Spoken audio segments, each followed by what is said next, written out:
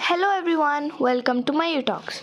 Today I will be reading the story Kaveri and the Thief from Grandma's Bag of Stories written by Sudha Murthy. Kaveri and the Thief. The children had gone with their Ajja to the paddy fields that morning.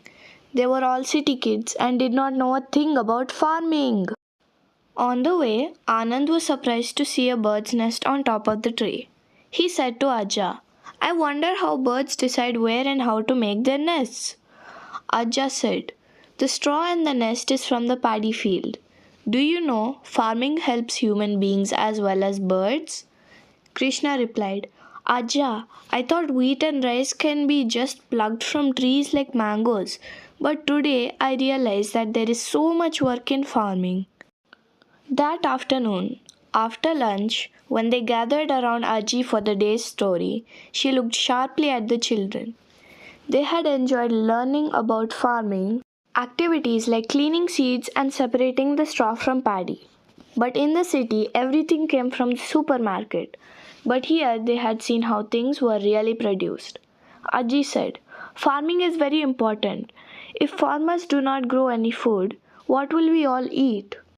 Anand said thoughtfully, if farmers do such important work, why are they so poor? That's true, my dear, Ajji sighed, fanning herself. Of course, there are rich farmers too, people who own lots of land. But many in our country till small pieces of land, so make less money. Then, seeing the kids' crestfallen faces, she put down her fan, sat up, and said, but I can tell you of a poor farmer woman who did not remain very poor, all due to her sharp wit. Tell Aji, do tell, the kids yelled. So Aji started her story. Kaveri's lazy husband annoyed her no end. There she was working like a donkey in the fields, plowing and watering and tending a hard, dry piece of land, while her husband snored happily away at home. Why, once when a stranger came asking for some food and water, he just pointed towards the kitchen and went back to sleep. The stranger, thankfully, was an honest man and took only enough for himself and his horse. Not that there was much to steal in Kaveri's little house. They were poor farmers with only a patch of land where nothing seemed to grow.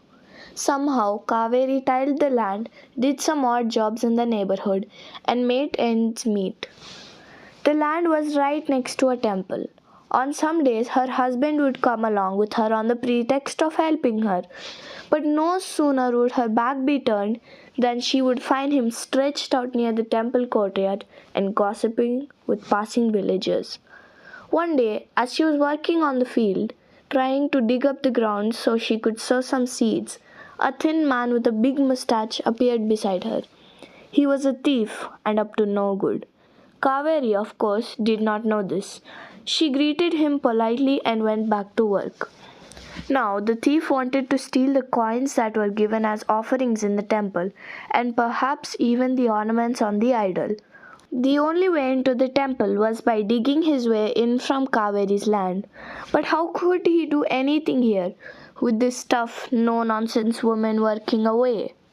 Guessing Kaveri was hard up for money, he whispered to her, Sister, why are you working so hard on this barren land? I will give you 1,000 rupees. Sell it to me. Kaveri raised her eyebrows. Why did he want to buy the land for so much money? Surely something was wrong.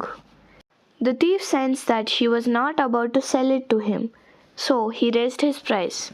1,050? No. 2,000? No again. 5,000? No. Kaveri kept shaking her head. She did not like this odd-looking man who was offering her so much money for the field. Finally, to keep him quiet, she made up a story. I will never sell this land.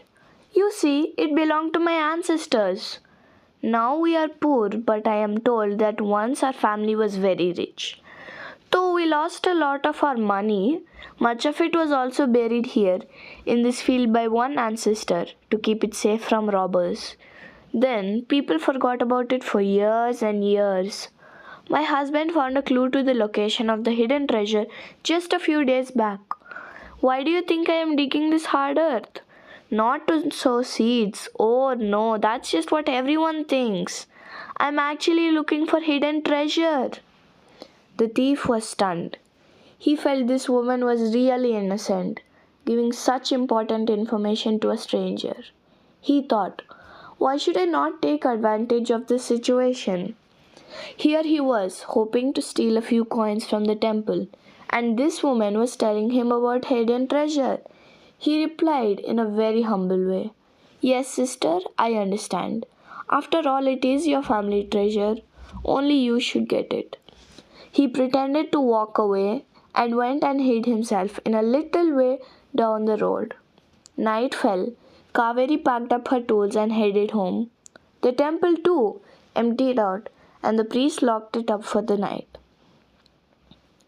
Then, at midnight, when all was quiet and the night creatures were coming out of their homes, the thief crept into the field. All night he dug and dug, looking for treasure. But of course there was no sign of it, as there had never been any treasure to begin with. By the time dawn broke, he realized Kaveri had made a fool of him, and all he can do now is just to get away from the field fast. When Kaveri reached the field, she grinned to herself. Just as she had expected, the thief had spent all night digging up the land nicely for her. All she needed to do now was to sow the seeds. She worked hard in the field for the next few months and managed to grow a good crop. She sold those, and finally they had some money. With a part of this money, Kaveri bought some jewelry. Many months later, the thief decided to show his face in the village again. He was careful to disguise himself though. He trimmed his long mustaches, tied a colorful turban, and pretended to be a traveling salesman. No sooner had he stepped into the village than he saw Kaveri going about her work. But what is this? Instead of the simple, unadorned lady he saw last year, she was now wearing jewelry which looked as though it might have been in the family for years. Surely she must have located that missing treasure finally. He was determined to look in her house and find the rest of her money and treasure. That night, he appeared at Kaveri's house and said to her husband, I am a traveler and I don't have a place to spend the night. Please give me shelter for the night. Kaveri's husband agreed immediately. Kaveri, however, glimpsed the man from inside the house and saw through his disguise. She knew he must be planning some robbery, so she said in a loud voice, making sure the visitor heard her, Oh dear, your dear aunt is all alone at night and has asked us to come stay with her. You know how the dark scares her when your uncle is not there. Come, let us go there for the night. Then, lowering her voice a bit, yet making sure she was heard clearly, she continued, Don't worry about the jewels. I have hidden them in little holes in the house walls. No one will suspect the hiding spot. Then she came out and in her normal voice told the thief, Brother, you can sleep in the veranda. The house will be locked. Here is some food and water for you. We will come tomorrow morning. The thief smiled to himself at Kaveri's foolishness. Her husband, meanwhile, stared at her with an open mouth, wondering which aunt and what jewels she was talking about. When she firmly walked off, he followed obediently. The thief could not believe his luck. He had the entire night to comb through the house, tap all the walls, and look for the hidden stash of gold ornaments. So he started. Tap, tap, tap, kick, punch and shove. He prowled and he tapped. He kicked and he pushed the walls, hoping to spot the jewels. Finally, he tore down all the walls. But of course, there was nothing he could find. Exhausted, he fell asleep and woke only with the crowing of the cock as the sun rose. Quickly, he found his little bundle of things and ran off. Within minutes, Kaveri and her husband returned. Oh, Kaveri, see what the bad man has done to our house. You gave him food and shelter and made me come with you, leaving the man alone in the night, her husband wailed. But Kaveri was smiling. Then she broke into peals of laughter and said, Don't worry, I had planned this all along. You see, I saved money from our last crop to rebuild the house. I needed to call in some laborers to help tear it down, but our guest has done it for us. Now we can make a larger house for ourselves, just the way we always wanted." The whole village heard the story and started marveling at her intelligence. Many months flew by.